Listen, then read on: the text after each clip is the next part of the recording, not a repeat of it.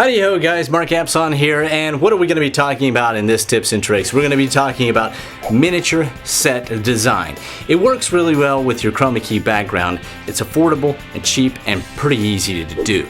The first thing you need to actually think about before you go out and buy everything for your mini set design is what you want your set to look like. Sit down, draw up a sketch, and whether it's going to be a sci-fi background, kind of like we're working on this one, or if it's an outdoor scene or anything like that, because you need to know what you need to purchase to make your mini set design look great. Now there's some basic materials you're going to need for your set design.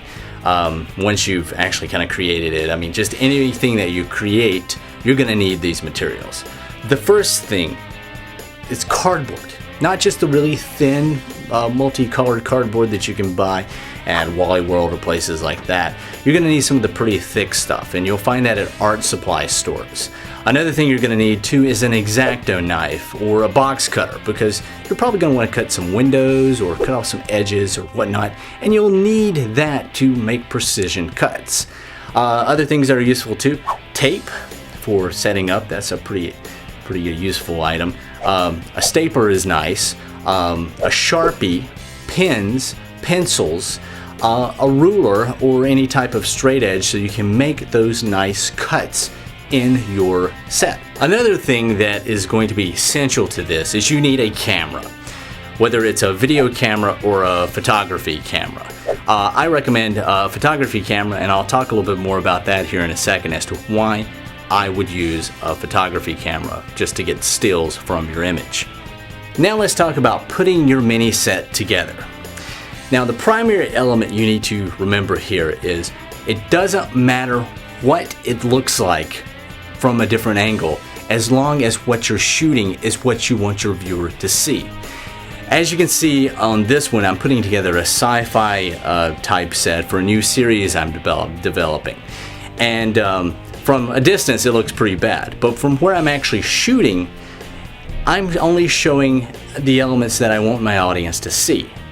Now this is what you want to do. You can put tape on the back, you can put tape everywhere, you can have things dangling from the ceiling with a fishing line. I'm using some styrofoam globes here that I've painted to resemble planets and whatnot. And you can have all these elements as long as it's not actually showing on the image you're taking. And that's something you really need to take in consideration and do when you're setting up your mini set for shooting. Another element you need to remember when setting up your mini set before you actually shoot it is lighting. It's essential to make your mini set look realistic through lighting. So remember, when you're actually lighting your mini set, make it look like the realistic situation you're going to put your subject in, so therefore it's more believable when you show it to your audience, whether you're chroma keying it or using it for some other means.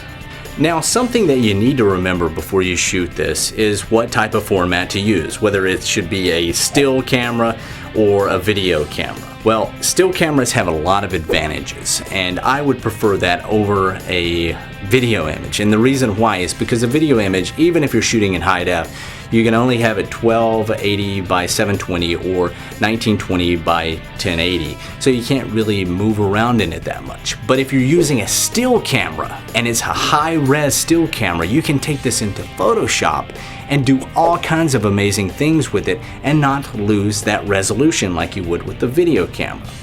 As you can see here, I'm taking some still images of some of the spears I'm going to use, and I'm going to take those into Photoshop and cut those out and add those to my mini set, rather than actually incorporating them into my set originally. Now on the other hand, if you need motion on your mini set, it would be a better option to go with a video camera. We've covered a lot of cool stuff in this video with mini set design. And I couldn't cover that many conceptual ideas because there are just so many of them. It's only limited by your imagination that you can use this and create some great sets for your Chromakey videos or anything else you want to incorporate it into video with. It's cheap. It's really cheap.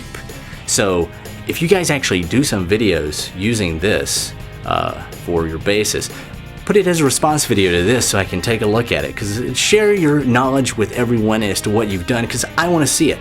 I do comment on videos like that because I want to see what you've done with what I've told you.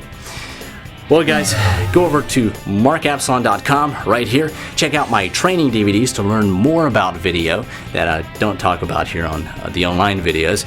I've got forums over there. I've got all kinds of whatnot. And we're also doing a subscriber-based contest that's based on if you subscribe or not. And then I pull a name out every 10,000 subscribers, and we give away fabulous prizes, everything from green screens to software to light kits to you name it. It's really cool, and you need to check out that video too, because I know it's somewhere either before this or after this video.